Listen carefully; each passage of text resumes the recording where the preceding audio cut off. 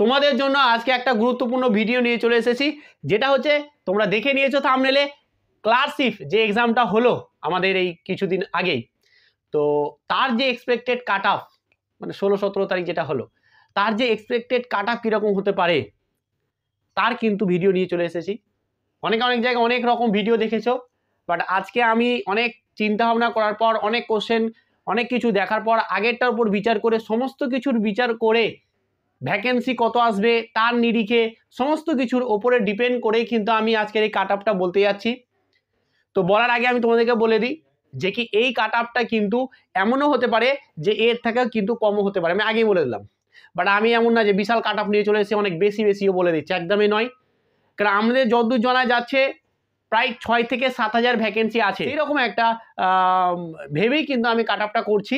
তার যদি বেশি ডাকে তখন কিন্তু কাট অফটা আরও কমবে, মানে মেনের এক্সামে যদি ডাকা হয় তো কাট অফটা তখন আরও কমবে। তো চলো কাট অফের ভিডিও নিয়ে এসেছি। তার আগে দেখো 2019-এ যে আমাদের পরীক্ষাটা হয়েছিল ক্লার্কশিপে, তার কাট অফটা কীরকম ছিল দেখে নাও। UR 65, OBC B 56.33, OBC A ছিল 43, এসসি ছিল 48.67, এসটি ছিল 29.67। এটা ছিল 19-এর কাট অফ। কিন্তু আমাদের যে 24-এর কাট অফটা কীরকম হতে পারে জাস্ট এক্সপেক্ট করছি আমরা যে এরকমটা হতে পারে, আমি এক্সপেক্ট করছি যে এরকমটা হতে পারে, এমন না যে মিলিয়ে যাবে, বাট হ্যাঁ অনেক চিন্তা ভাবনা নিরিখে কিন্তু করছি। অবশ্যই তোমরা দেখবে এবং ভিডিওটা পারলে একটুখানি সেভ করে রেখে বা লাইক করে রেখে দিবে, তারপরে দেখবে যে মিলছে কিনা। তো চলো তাহলে আমরা একটুখানি এবার কাট অফ নিয়ে আলোচনা করি। দেখো কাট অফ নিয়ে আলোচনা করার আগে একটা কথা বলে দিই, যতগুলো পিএসসির আজ পর্যন্ত এক্সামের কোশ্চেন দেখেছি, সব থেকে যদি বলা যায় যে কঠিন কোশ্চেন, আমার তো মনে হয় যে কি এই কোশ্চেনটা হচ্ছে সব থেকে কঠিন। অনেক যা ভিডিও দেখছো পরীক্ষাই দেয়নি বা কোশ্চেনও ঠিকঠাক করে দেখেনি, তারা বলছে যে না কোশ্চেন একটা মোটের হয়েছে, এতটাও কিছু হয়নি, হ্যাঁ পারা যেত। যারা পড়াশোনা করতো যেমনই কোশ্চেন হোক, সবাই তো ওইখানে ওরকম থাকে না, তাই না? কিছু থাকেও যারা যেখানে একটু পড়াশোনা করে তারাও আবার চাকরি পেয়ে যায় লাস্টের দিকে, ঠিক আছে, এরকমটা হয়। তো ওরকম যদি ভাবা যায় তাহলে পড়াশোনা করলে সবাই সব কিছুই পারবে, ব্যাপারটা ওরকম নয়, সবাই ওরকম যায় নাও। এটা একটা ব্যাপার যে যথেষ্ট টাফ কোশ্চেন, যথেষ্ট হার্ড কোশ্চেন ছিল এবার, ঠিক আছে। আমি প্রত্যেকটা শিফটেরই কথা বলছি, প্রত্যেকটা শিফটেরই কিছু না কিছু পোর্শন কিন্তু ভালোই টাফ ছিল। বিশেষ করে জিকে পোর্শনটা কিন্তু প্রত্যেকটা শিফটে যথেষ্ট কঠিন ছিল, এবং ম্যাথগুলো অনেকটাই ছিল যে তোমাকে ক্যালকুলেশন অনেক বেশিটাই করতে হচ্ছিল, মানে ক্যালকুলেটিভ প্রশ্ন ছিল খুব, ঠিক আছে, লেন্দি ছিল কোশ্চেন। আর ইংলিশ ভালো টাইপের একটু মানে মনে হতে পারে যে সহজ, কিন্তু কোশ্চেনের আনসার যখন করতে হবে তখন দেখতে হবে যে কীরকম একটা টাফ কোশ্চেন, ঠিক আছে। মানে ইংলিশটা বেশ ভালো প্রশ্ন ছিল, আর ইংলিশটা আমাদের ওয়েস্ট বেঙ্গলের ছাত্রের ক্ষেত্রে কিন্তু মানে টাফই হয়ে যায়, ঠিক আছে। এতদিন ধরে কোশ্চেন দেখে আসি, এতদিন ধরে পরীক্ষা দেখে আসছি, তো সেই যেসব এক্সামে ইংলিশ আছে সেখানে কাট অফ কিন্তু অনেকটাই কমে যায়, দেখে নিবে, মিলিয়ে নিবে আমার কথাটা। তো সেই সব কিছুর নিরিখে কিন্তু আমি বলতে চাইছি যে কোশ্চেন খুবই হার্ড হয়েছিল, তার উপর পরিপ্রেক্ষিতে যদি টাফ কাট অফটা করতে যাই তাহলে আমাদের কীরকম কাট অফ জানাবে, আমি যেটা বলছি সেটা দেখে নিবে, মিলিয়ে নিবে।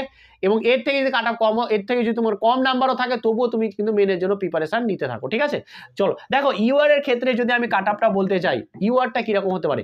ইউআর এর ক্ষেত্রে কাট অফ কিন্তু তোমাদের 58 থেকে 63 এই নাম্বার যদি থাকে তুমি কিন্তু একটা ভালো ধরনের সেফ জোনে আছো, বা যদি এর থেকে কমও থাকে তবুও তুমি কিন্তু একটা চান্স হতে পারে, ঠিক আছে। এবার যদি আমি ওবিসি বি এর ক্ষেত্রে যাই, তাহলে ওবিসি বি এর ক্ষেত্রে কিন্তু আমি বলবো তোমাদের 53 থেকে 57 এই নাম্বারটা যদি তোমার থেকে থাকে তাহলে কিন্তু তুমি একটা বেশ ভালো সেফ জোনে আছো। প্রত্যেকটার ক্ষেত্রে খুব চিন্তা ভাবনা করার পরেই কিন্তু তোমাদের এই কাট অফটা আমি বলছি, এক্সপেক্ট করছি যে আশা করি এইরকমই এর ভিতরে বাইরে আশেপাশে কিন্তু তোমাদের থাকবে। এরপরে আসে ওবিসি এর ক্ষেত্রে যদি তোমাদের নাম্বারটা 45 থেকে 49-এর ভিতরে থেকে থাকে তাহলে কিন্তু তুমি একটা বেশ ভালো সেফ জোনে আছো, এইরকমই নাম্বারটা থাকায় কিন্তু আমি আশা করি এইরকমই নাম্বারটা তোমাদের কিন্তু থাকবে, ঠিক আছে। এবার আসছে এসসিদের কাট অফ কীরকম হতে পারে।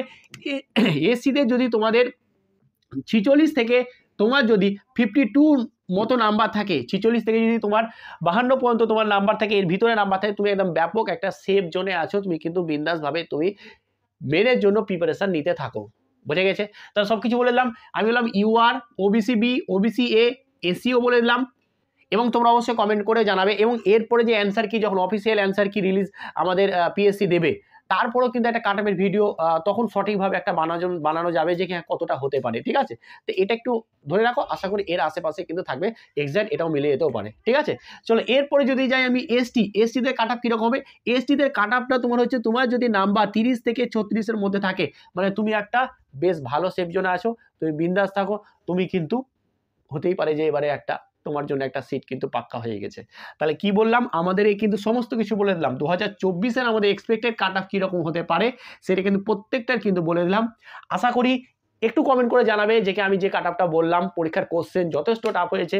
এর আগে মিসলেনিয়াস এক্সামেরও কোশ্চেন কিন্তু যথেষ্ট স্ট্যান্ডার্ড ছিল, মিসলেনিয়াসের থেকেও কিন্তু এটা কোশ্চেন কঠিন হয়েছিল, ঠিক আছে? যেহেতু জিকেটা কোশ্চেন মানে কঠিন হয়ে গেছিলো, ঠিক আছে?